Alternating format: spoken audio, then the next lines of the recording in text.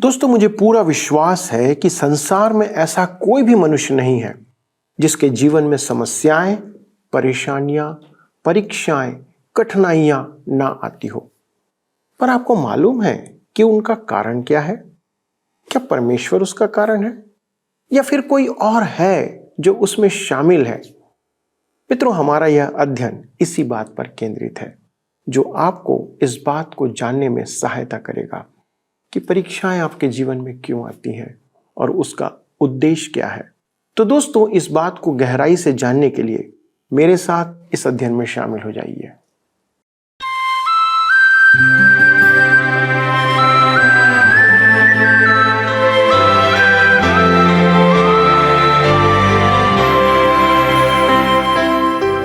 प्रिय मित्रों, आप सभी को प्रेम भरा नमस्कार। मैं यह प्रार्थना करता और आशा करता हूं कि आप परमेश्वर के अनुग्रह से सुरक्षित और स्वस्थ हैं तथा परमेश्वर के वचन में बढ़ते जा रहे हैं। दोस्तों, परमेश्वर का वचन हमें जीवन की छोटी छोटी बातों में अगुवाई प्रदान करता है कि हम जब उन परिस्थितियों में आए तब उस शिक्षा के अनुसार हम काम करें, क्रिया करें। शिक्षा और वचन की शिक्षा का उद्देश्य यही है। आप इस समय सत्यवचन बाइबल अध्ययन कार्यक्रम में हैं जो परमेश्वर के जीवित वचनों की सरल व्याख्या है, और मैं अपने सभी नए एवं पुराने दर्शकों का स्वागत करता हूं। दोस्तों, हम याकूब की पुस्तक से देख रहे थे कि हमें परीक्षा में आनंदित रहना है और उसके द्वारा अपने धीरज को विकसित होने देना है। पिछले अध्ययन में हमने यह भी सीखा था कि वह मनुष्य या विश्वासी धन्य है जो परीक्षाओं में स्थिर रहता है, क्योंकि वह परमेश्वर से जीवन का मुकुट प्राप्त करेगा। परीक्षाएं मानव जीवन का भाग हैं, क्योंकि हम पापी मनुष्य हैं। परीक्षाओं का उद्देश्य आपको सिद्ध बनाना है और यह साबित करना है। पर दोस्तों, आज हम जिन दो पदों का अध्ययन करेंगे उससे यह प्रकट हो जाता है कि हमारी परीक्षा में परमेश्वर का कोई हाथ नहीं रहता है। उसके दो कारण हैं। उसके दो कारणों को आज हम देखने जा रहे हैं।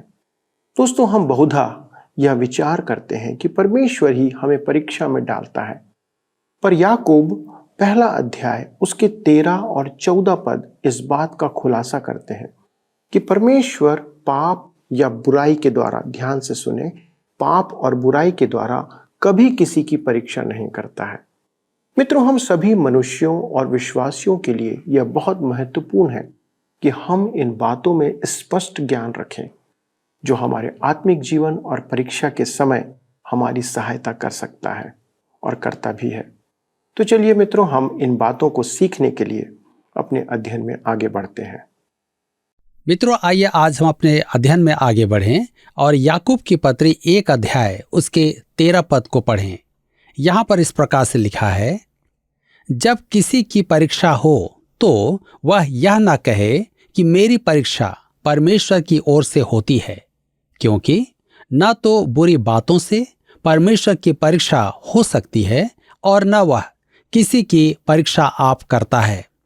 पिछले पदों में हमने देखा कि परमेश्वर अपनी संतान को परखता है, परंतु याकूब अति स्पष्ट कहता है कि वह मनुष्य को बुरी बातों से और पाप से नहीं परखता है। वह यह न कहे कि मेरी परीक्षा परमेश्वर की ओर से होती है। यहाँ एक बात पर ध्यान दें कि परीक्षा शब्द मूल भाषा में संज्ञा या नाउन नहीं है, जैसा कि याकूब पहले परीक्षा शब्द काम में ले चुका है। यहाँ वह क्रिया या वर्ब शब्द काम में ले रहा है, अर्थात काम हो रहा है। यह एक मानवीय प्रवृत्ति है कि वह अपनी गलतियों के लिए, अपने दोष के लिए परमेश्वर को दोषी ठहराए। मनुष्य का यह स्वभाव तो आदम के समय से ही है। उत्पत्ति की पुस्तक 3 अध्याय उसके 12 पद में लिखा है, आदम ने कहा, जिस स्त्री को तूने मेरे संग रहने को दिया है उसी ने उस वृक्ष का फल मुझे दिया और मैंने खाया, और स्त्री ने भी ऐसा ही किया। स्त्री ने कहा, सर्प ने मुझे बहका दिया। इसे हम उत्पत्ति 3 उसके 13 में देखते हैं। सच तो यह है कि तीनों ही दोषी हैं। हम मनुष्य के प्रश्न सुनते हैं, परमेश्वर जल प्रलय क्यों लाया? परमेश्वर ने भूकंप क्यों आने दिया? परमेश्वर ने शिशु संहार क्यों होने दिया? आज हम मनुष्य के स्वार्थ, लालसा, लोभ के परिणाम का दोष परमेश्वर को देते हैं। बाढ़ और भूकंप का कारण यही है।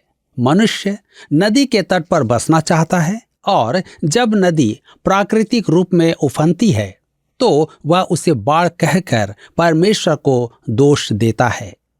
मनुष्य अपना स्वार्थ देखकर तटवर्ती क्षेत्रों में बसता है कि वह अच्छा स्थान है, वहां यातायात की सुविधा है, वहां व्यापार करने का अवसर है। उसका लोभ और लालसा उसे संकट के क्षेत्र में बसने पर विवश करते हैं। मनुष्य ऊंची ऊंची इमारतें बनाता है और यदि भूकंप आए तो वे गिर सकती हैं। मनुष्य खुले मैदानों में बसना नहीं चाहता जहां भूकंप का संकट नहीं है, क्योंकि वहां भोग विलास नहीं है। हमें भूकंप के लिए परमेश्वर को दोष नहीं देना है। हम अपने विचारों में भी परमेश्वर को दोष देते हैं। लोग कहते हैं परमेश्वर के दाहिने हाथ में भलाई है और बाएं हाथ में बुराई है। भाग्यवादी कहता है कि सब कुछ अंधाधुंध चल रहा है। वे कहते हैं कि यदि परमेश्वर है तो उसने जगत को 8 दिन की घड़ी के अनुसार चला दिया है और स्वयं दूर हो गया है। भौतिकवाद मनुष्य जाति की समस्याओं का कारण प्राकृतिक पाचन क्रिया या मेटाबॉलिज्म को बताता है, जो किसी भी अंग से संबंधित हो। मेरे मित्रों, परमेश्वर अपने वचन में इन विचारों का उत्तर देता है। परमेश्वर में कोई बुराई नहीं है। उसमें संपूर्ण भलाई, संपूर्ण ज्योति, संपूर्ण औचित्यता है।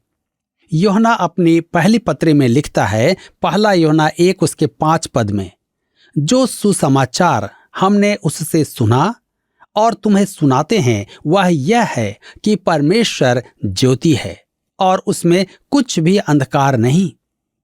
यूहन्ना रचित सुसमाचार 14 अध्याय के 30 पद में प्रभु यीशु ने एक अतिरोचक बात कही, इस संसार का सरदार आता है, मुझ पर उसका कोई अधिकार नहीं।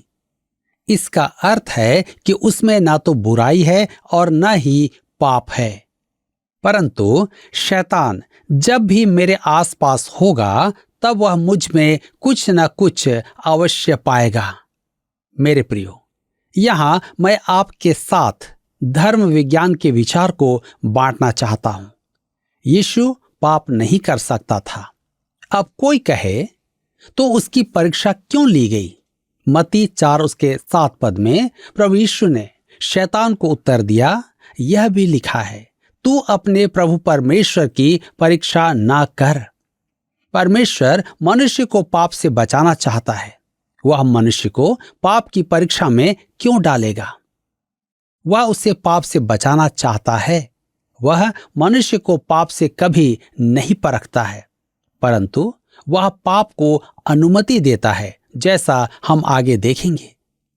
हम देख रहे थे कि मनुष्य प्रायः अपने पाप या परेशानी का दोष परमेश्वर को देता है, परंतु याकूब स्पष्ट कहता है कि न तो किसी बुरी बात से परमेश्वर की परीक्षा हो सकती है और न ही वह किसी की परीक्षा आप ही करता है।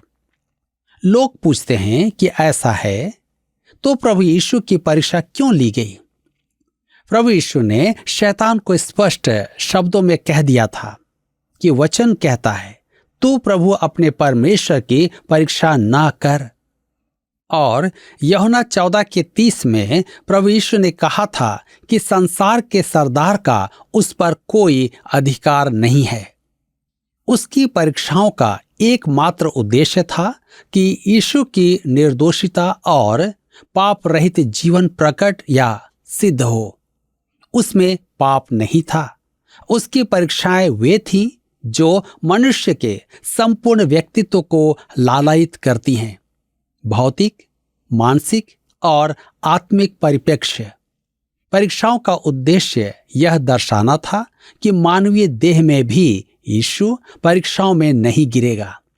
यदि वह परीक्षाओं में गिर जाता तो हमारा उद्धार संदेह में था।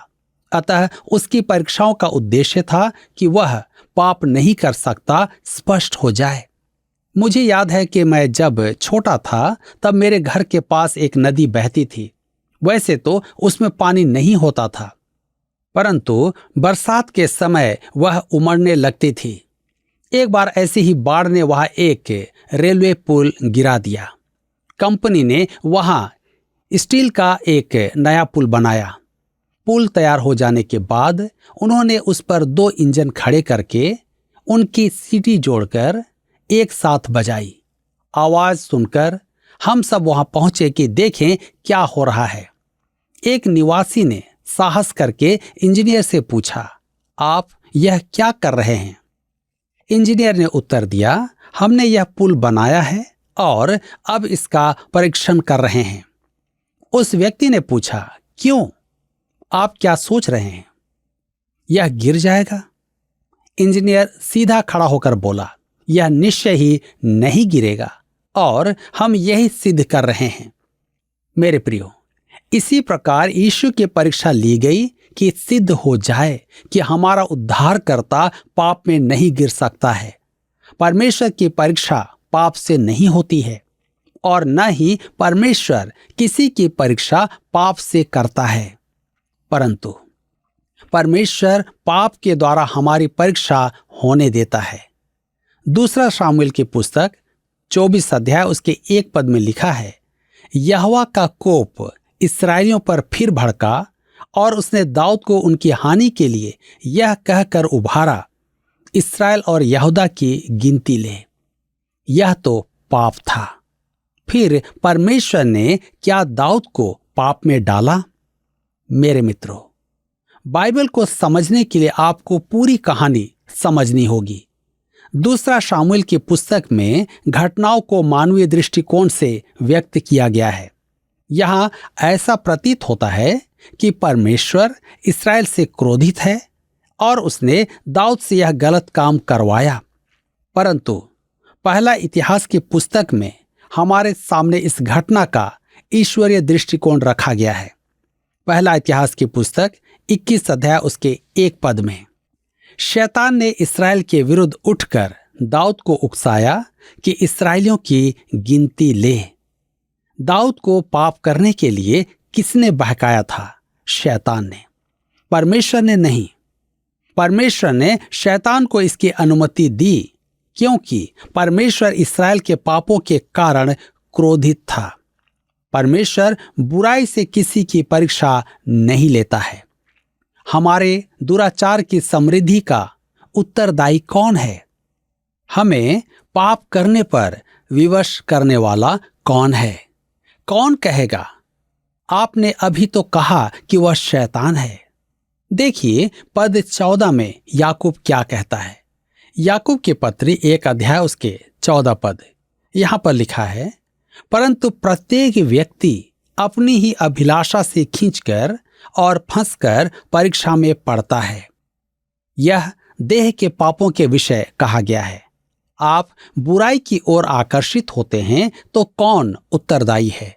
आप बुरी लालसाओं में गिरते हैं तो कौन उत्तरदायी है? न तो परमेश्वर उत्तरदायी है और न ही शैतान। आप ही हैं जो इसके उत्तरदायी हैं। एक बार एक व्यक्ति पहाड़ों में भटक गया। चलते चलते वह एक स्थान पर आया जहां कुछ लड़के खेल रहे थे। उसने उनसे पूछा, मैं कहाँ हूं? एक छोटा लड़का उसे आश्चर्य से देखकर उसी की ओर उंगली से संकेत करके बोला, आप यहां हो। मेरे मित्रों, जब आप पूछते हैं इस काम के लिए मुझे किसने ललचाया या बहकाया, तब परमेश्वर कहता है तुम ही तो हो। समस्या तुम्हारी त्वचा में ही है। कहता है प्रत्येक मनुष्य अपनी ही अभिलाषा से खींचकर और फंसकर परीक्षा में पड़ता है। यह मानव जाति के व्यक्ति के विषय घोषणा है। जिस प्रकार हमारी उंगलियों के निशान एक दूसरे से अलग हैं, उसी प्रकार हम में से हर एक का नैतिक स्वभाव भी अलग है। हमारी अपनी ही मानसिक दशा है, अपनी ही विलक्षणता है। हम सब में कुछ न कुछ भिन्नता है। एक व्यक्ति अपने साथी से कहता है, हम सब में अलग अलग विलक्षणता है। उसका साथी कहता है, मैं आपसे सहमत नहीं हूं, मुझ में कोई विलक्षणता नहीं है। ठीक है, मेरे एक प्रश्न का उत्तर दो। आप सीधे हाथ से चाय में चीनी घोलते हैं या उल्टे हाथ से? उसने कहा, सीधे हाथ से। पहले वाले ने कहा, लोग तो चम्मच से चीनी घोलते हैं। यही आपकी विलक्षणता है। हम सब की अपनी अपनी विशेषताएं हैं। एक व्यक्ति पर शराब पीने की परीक्षा आती है तो दूसरे पर अधिक खाने की परीक्षा आती है, तो किसी और पर यौन संबंध की परीक्षा आती है। अतः हम सब की समस्या भीतर ही है। बाहरी कारण या प्रभाव हम में पाप नहीं करवा सकता। हमारे पुराने स्वभाव में ही समस्या है। एक छोटा बच्चा रसोई में खेल रहा था। उसने मिठाई का डब्बा उतार लिया। तभी उसकी माता ने पुकारा, विली, रसोई में क्या कर रहे हो? उसने उत्तर दिया, परीक्षा से लड़ रहा हूं। परंतु वह गलत जगह में लड़ रहा था। आज अनेक वयस्क भी ऐसे ही स्थानों में लड़ रहे हैं। बहुत सी बातें तो अपने आप में बुरी नहीं होती हैं, परंतु उनका उपयोग हम गलत करते हैं। भोजन अच्छा है, परंतु आप पेटू हो जाते हैं। शराब एक दवा है, परंतु आप शराबी बन जाते हैं। विवाह की सीमा में यौनाचार अच्छा है, परंतु विवाहित संबंध के बाहर वह हानिकारक है। आज की नई नैतिकता के कारण समाज एड्स के प्रकोप में है। मनोवैज्ञानिक हमें अपराध बोध से मुक्ति दिलाने के प्रयास में है। मुझे एक विश्वासी अध्यापक ने बताया, आपको अपराध बोध की शिक्षा आवश्यकता से अधिक देने के निर्देश हैं। अपराध बोध आपके जीवन का एक ऐसा भाग है जैसा आपका दाहिना हाथ। आप उससे छुटकारा नहीं पा सकते हैं। परंतु अभक्त मनोवैज्ञानिक अपराध बोध को गलत तरीके से हटाना चाहते हैं। एक बार एक मसीही महिला ने मुझे फोन पर कहा, पास्टर साहब, मेरे साथ एक भयानक घटना घट गई है। मैं परीक्षा के कारण मानसिक आघात का शिकार होने जा रही हूं। मेरे डॉक्टर ने मुझे एक मनोवैज्ञानिक के पास भेजा। जब उसने यह जाना कि मैं विश्वासी हूं तो कहा, आप नीचे मैं खाने में जाएं और जो सबसे पहला पुरुष आपको मिले उसके साथ हो लें, तो आप अपराध बोध से मुक्ति पा लेंगी। मैंने उससे कहा कि यह तो वास्तव में एक भयानक परामर्श है। कुछ मनोवैज्ञानिक कहते हैं, आपकी पृष्ठभूमि कैसी है? क्या आपकी माता आपसे प्रेम करती थी? जब आप अपनी माता के गर्भ में थे तब क्या कुछ असामान्य घटना घटी थी? यदि आप कहें वह एक बार आंधी में फंस गई थी, मनोवैज्ञानिक कहेगा कि इसी कारण आपके साथ यह समस्या है। वह अपने रोगी की समस्या का दोष उसकी माता को देता है। मेरे मित्रों, आप जिन समस्याओं का दोष दूसरों पर डाल रहे हैं, उनमें से अधिकांश का समाधान स्वयं खोज सकते हैं। यदि आप जीवित प्रभु यीशु से, जो परमेश्वर की दाहिनी ओर बैठा है, यह कहें, मैं पापी हूं, मैं दोषी हूं, तो वह आपको अपराध बोध से मुक्ति दिलाएगा। केवल वही है जो ऐसा कर सकता है। नीति वचन की पुस्तक 23 उसके 7 पद में लिखा है, क्योंकि जैसा वह अपने मन में विचार करता है वैसा वह आप है। पाप मुक्ति की याचना की सहक्रिया भीतर होना चाहिए। याकूब कहता है कि प्रत्येक व्यक्ति अपनी ही अभिलाषा से खींचकर और फंसकर परीक्षा में पड़ता है। यूहन्ना रचित सुसमाचार 12 अध्याय उसके 32 पद में प्रभु यीशु कहता है, मैं सबको अपनी ओर खींचूंगा। परंतु ठट्ठा करने वाला कहता है, वह मुझे नहीं खींच सकता। मेरे मित्रों, वह आपको विवश नहीं करेगा। होशे कहता है कि वह हमें अपनी ओर आकर्षित करने के लिए प्रेम का बंधन काम में लेता है। वह आपको उत्तेजित करने और जीतने के लिए प्रेम और अनुग्रह का उपयोग करता है। यह तो स्पष्ट है कि आज बुराई अच्छी लगती है, वह जीत जाती है। लिखा है कि पहले तो मूसा पाप की विलासिता में लिप्त था। मनुष्य ललचाया जा सकता है। यदि वह फंस गया तो शराबी या नशेड़ी या हत्यारा बन जाएगा। इसलिए हम भी अपने आप को देखें कि कहीं हम भी तो उस बुराई में या लालच में फंस नहीं रहे हैं। मित्रों, आज हमने देखा कि हमारे जीवन में परीक्षाएं परमेश्वर की अनुमति से आती हैं, पर परमेश्वर कभी भी बुराई और पाप के द्वारा से हमारी परीक्षा नहीं करता है, पर उसके विपरीत वह शैतान को इसके लिए छूट दे देता है। दूसरा, हमने यह भी देखा कि बहुत सी परीक्षाएं हमारी अभिलाषाओं के कारण से हमारे जीवन में आती हैं। परमेश्वर ने हमें अर्थात प्रत्येक मनुष्य को स्वतंत्रता प्रदान की है। आप पवित्रता या पाप में जीवन जीने के लिए स्वतंत्र हैं। यदि आप पाप के प्रति अभिलाषा करके उसमें जाना चाहें तो आप स्वतंत्र हैं मित्रों, और बहुधा हमारी परीक्षाओं का कारण वही होता है। मनुष्य अक्सर अपने जीवन की अनेक परीक्षाओं के लिए परमेश्वर को दोषी ठहराता है। यदि हम पाप का जीवन जीते रहें और उसमें आनंद लेते रहें तो हम परीक्षाओं से घिरे रहेंगे। दोस्तों, हम अय्यूब के जीवन को जानते हैं और अब्राहम के जीवन का भी उदाहरण हमारे सामने है। अय्यूब की परीक्षा के लिए परमेश्वर ने शैतान को अनुमति दिया, तब उसके जीवन में अनेक कठिन समय आए।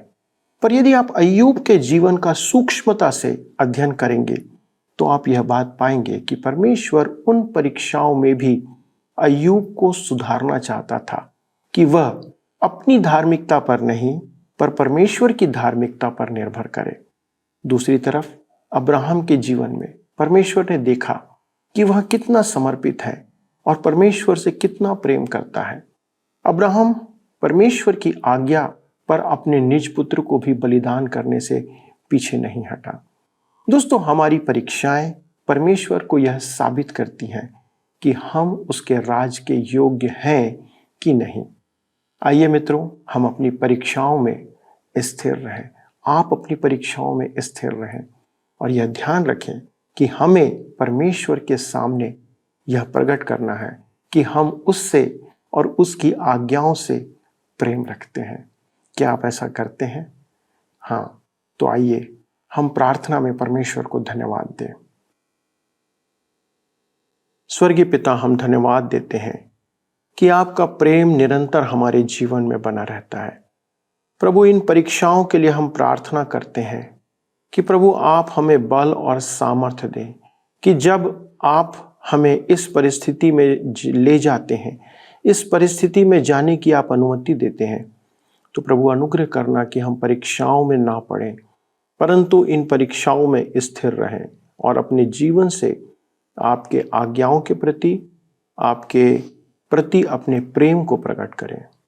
पिता, हम प्रार्थना करते हैं हमारे सभी दर्शकों के लिए जो किसी न किसी प्रकार से इस समय परीक्षाओं में घिरे रहे हैं या जो आने वाले समय में अनेक परीक्षाओं का सामना कर सकते हैं। प्रभु, हमारी प्रार्थना है कि आपका अनुग्रह उनके जीवन में हो। दया करें पिता परमेश्वर, यदि वे बीमारी की दशा में हैं, किसी पारिवारिक समस्या से जूझ रहे हैं, अपने बच्चों के प्रति चिंतित हैं, उनके कार्य क्षेत्र में यदि कोई समस्या इस समय चल रही है, प्रभु अपना हाथ बढ़ाएं, उन्हें सांत्वना दें, उन्हें सामर्थ्य दें कि प्रभु वो इस परिस्थिति से बाहर निकलकर आपको महिमा प्रदान करें।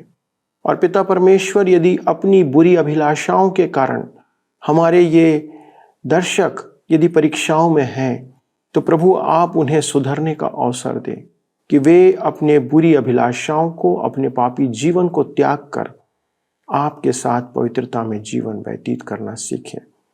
प्रभु, हम आज के वचन के लिए धन्यवाद देते हैं और विनती करते प्रभु कि ये हमारे जीवन में और हमारे सारे दर्शकों के जीवन में फलवंत होता चला जाए। धन्यवाद के साथ इस विनती को हमारे प्रभु यीशु क्रिस्त के नाम से मांगते हैं, आमीन। प्रिय दोस्तों, मुझे विश्वास है कि आपको आज का वचन बहुत सामर्थ्य प्रदान किया होगा, क्योंकि वचन हमें बल देता है। अगले प्रसारण में इस अध्ययन को आगे बढ़ाएंगे, परंतु यदि आपके पास कोई प्रश्न है, आपकी परीक्षाओं के संदर्भ में, कठिनाइयों के संदर्भ में, कृपया हमसे बातें करें, फ़ोन के द्वारा, SMS के द्वारा, ताकि हम आपके लिए प्रार्थना कर सकें। यदि आपको काउंसलिंग चाहिए तो हम काउंसलिंग में भी आपकी सहायता करते हैं। हमारे नंबर का उपयोग करें। अगले प्रसारण तक परमेश्वर के साथ बने रहें और उसके वचन में दृढ़ता से उसको थामे रहें। प्रभु आपको आशीष दे। आइए अब हम प्रश्न को देखें। पिछले प्रश्न का उत्तर है डी, धीरज। परमेश्वर परीक्षाओं के द्वारा विश्वासियों में धीरज उत्पन्न करना चाहता है, जिसका प्रतिफल जीवन का मुकुट है। आज के अध्ययन पर आधारित प्रश्न है, परमेश्वर बुराई और पाप के द्वारा मनुष्य की परीक्षा नहीं करता है। यह वाक्य खाली स्थान है। ए सत्य है, बी असत्य है। मित्रों, इस प्रश्न का उत्तर हमें कल सुबह 6 बजे से पहले विकल्प A, B के साथ अपना नाम, पता, स्थान के साथ 9651433397 पर SMS या WhatsApp करें। क्या आपको यह कार्यक्रम पसंद आया? अभी हमें एक मिस कॉल करें और आप अगले विजेता हो सकते हैं।